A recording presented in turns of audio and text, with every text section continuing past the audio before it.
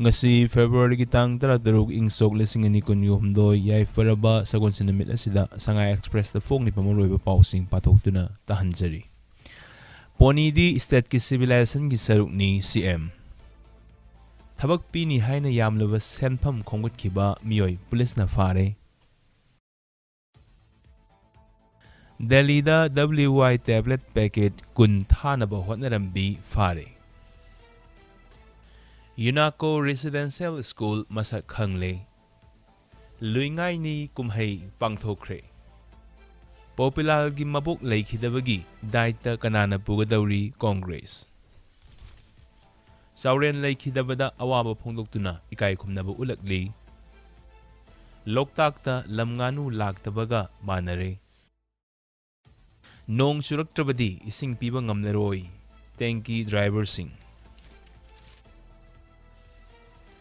Manipuri Hindi Parishad Imphal Hall da pangthokpa thorum amada sairengba ekenderten subana iba isai sairengi lairik nungsit sitana una se lengle phongre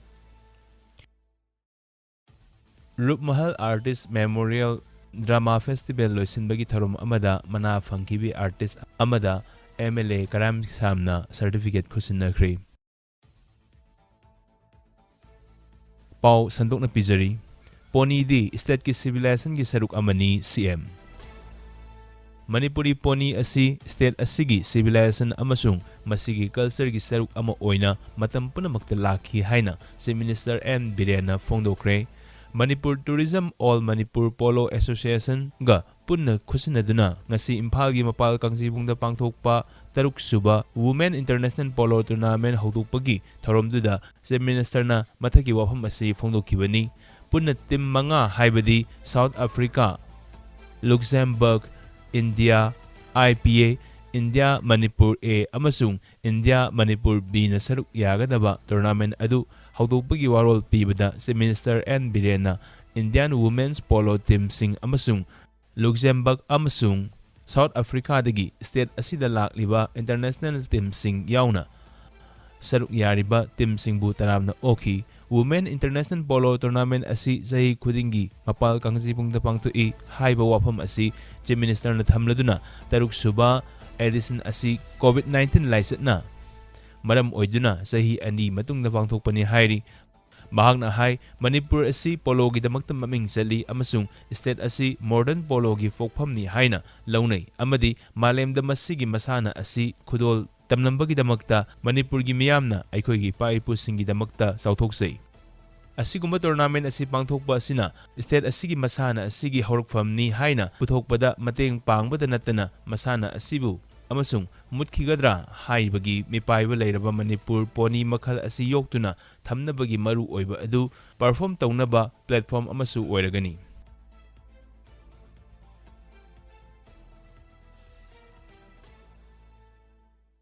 Si Minister N. Birena makha taraduna hai sagol kangjay asi sumnagi masana amakak nate masida ariba matamgi Manipur gi lanmi singna Manipur gi ningtambang ngakpada sisinaba lalong sing maong amasung Manipuri poni nya lawba thaudang adusu utli Manipuri poni sing asi state asigi civilization amasung masigi culture gi saruk ama matam panamakta oiduna lakli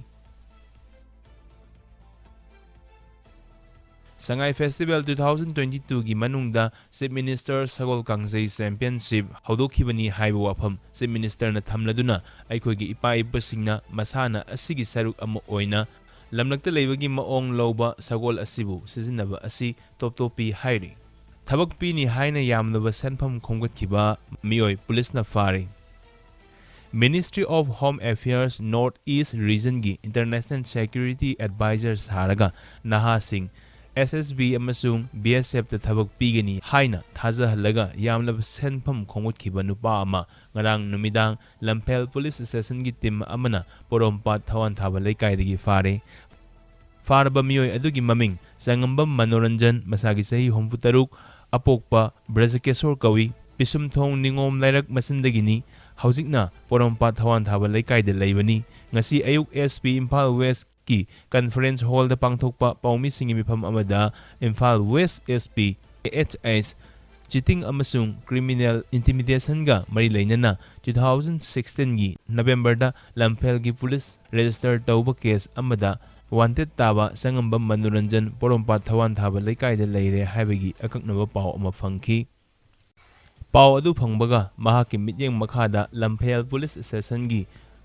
OC Inspector P. Khogendro gi command makhada Lamphel police station gi team ama mafam adu da jangsanki amasung accused ni hairiba sangamba Manoranjan fabaga loinana mangondagi SIM card aniga konana mobile phone ama phagatki SP Sivkantana Fongdoki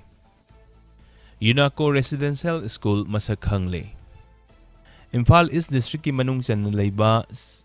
chanungda sariba UNACO Residential School Manipur Government gi Education Department na recognition pibire haina UNACO School gi chairman Ningombam Irabantana Fongdokli wafam asing asi maitramda leiba UNACO School da pangthokkiba paumi singa unaba amada fongdorakkibani Ningombam Irabantana makha taraduna UNACO Residential asi class 4 dagi class 8 fawba hangba yabagi ayaba Education Department na pire School asi March ta fawbagi manungda sangaraga April gi first week ta session haunaba pandam thamli fully residential oigadoriba school asi nupi nupa animak tamgadaba school ni amasung school asi amadi school asi CBSE da affiliate tawbagi pandam thamli haina palladuna admission hawkhiduna March ta fawbada admission process losilagani hairi Popilal gi mabuk leikhidabagi daita kanana pugadori Congress War on Drugs kamay lainana TV panel discussion amada saruk yakhiba Manipur Pradesh Youth Congress ki President and Popilal gi mama sakpi mabuk laikhidaba adu police ki miyot minay aki akhangdagi laikhidabani masila government na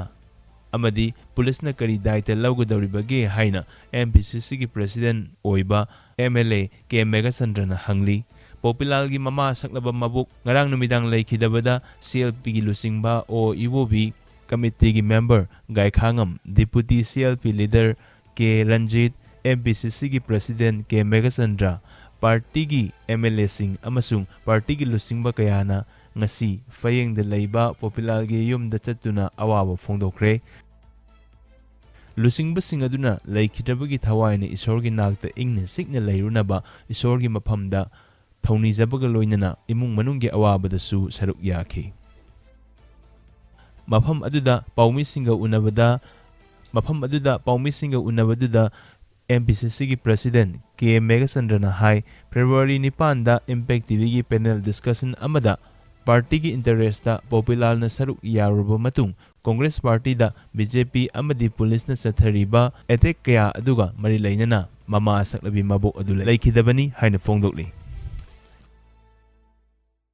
Sauren laikhidabada awaba phongdoktuna ikai khumnabu ulakli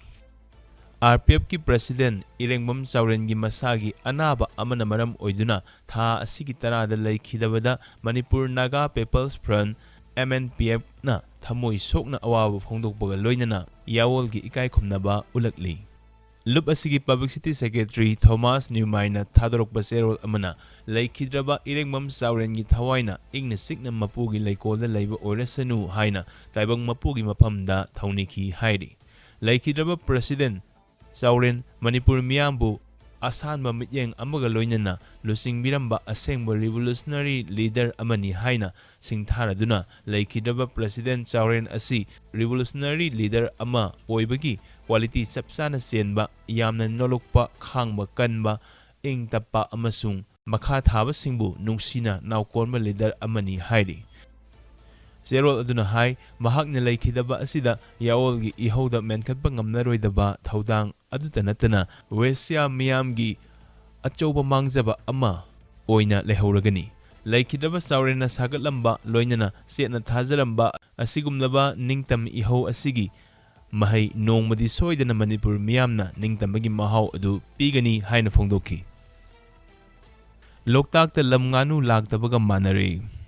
Ningtham thagi matamda saktaramba lamnganu asigi makal masung masing yamna sathina hanthana lakle loinana lamnganu lagtabaga chap manare haina Indian Bird Conservation Coordinator R.K. Ranjitna fongdorakli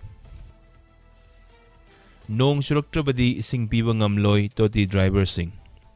ꯃꯤꯌꯥꯝꯅ ꯊꯛꯅ ꯆꯥꯅꯅꯕ ꯏꯁꯤꯡ ꯐꯪꯗꯕꯒꯤ ꯑꯋꯥꯕ ꯈꯝ ꯊꯦꯡꯂꯦ꯫ ꯃꯁꯤꯒꯤ ꯃꯔꯛ ꯑꯁꯤꯗ ꯆꯠꯂꯤꯕ ꯊꯥ ꯑꯁꯤꯒꯤ ꯃꯅꯨꯡꯗ ꯅꯣꯡ ꯁꯨꯡꯆꯨ ꯆꯨꯔꯛꯇ꯭ꯔꯕꯗꯤ ꯍꯧꯖꯤꯛ ꯏꯁꯤꯡ ꯈꯔ ꯈꯔ ꯄꯤꯔꯤꯕ ꯑꯁꯤ ꯁꯨꯡꯄꯤ ꯄꯤꯕ ꯉꯝꯅꯔꯣꯏ ꯍꯥꯏꯅ ꯏꯁꯤꯡ ꯇꯣꯇꯤ ꯗ꯭ꯔꯥꯏꯚꯔꯁꯤꯡꯅ ꯅꯨꯡꯅꯥꯡꯕ ꯋꯥꯐꯝ ꯐꯣꯡꯗꯣꯔꯛꯂꯤ꯫